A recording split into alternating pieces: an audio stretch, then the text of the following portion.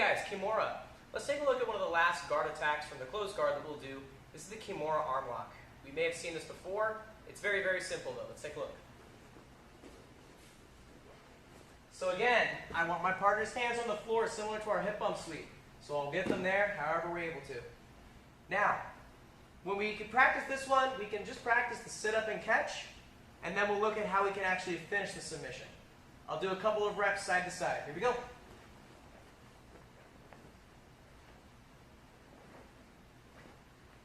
Okay, so what I'm doing is I'm sitting up and I'm wrapping my arms around his elbow.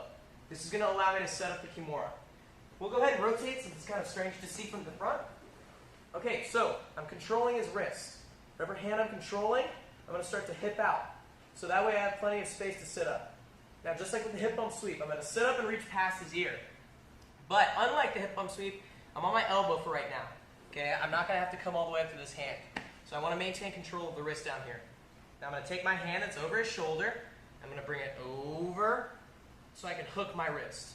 So take a look. I'm holding onto his wrist and my wrist. Now, if I have trouble grabbing my wrist, all I need to do is just kind of slide my elbow down a little bit.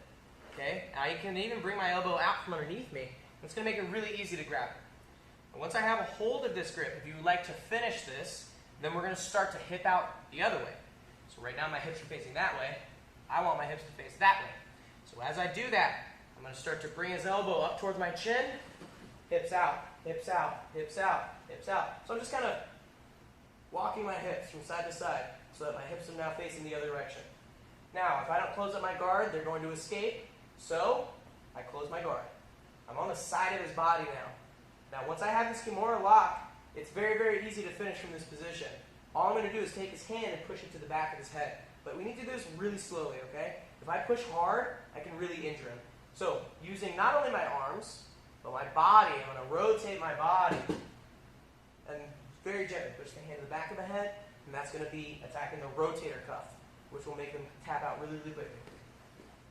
Okay? So let's see it again.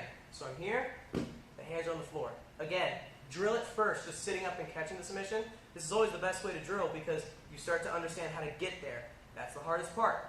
Finishing the submission is not difficult at all. Okay? Any submission, all you need to do is twist this, crank that, squeeze this. That's all the submission is. Getting there is the hardest part, so drill that piece first. So just sitting up and catching. Let's do the other side now. Hips out, sit up, catch the wrist.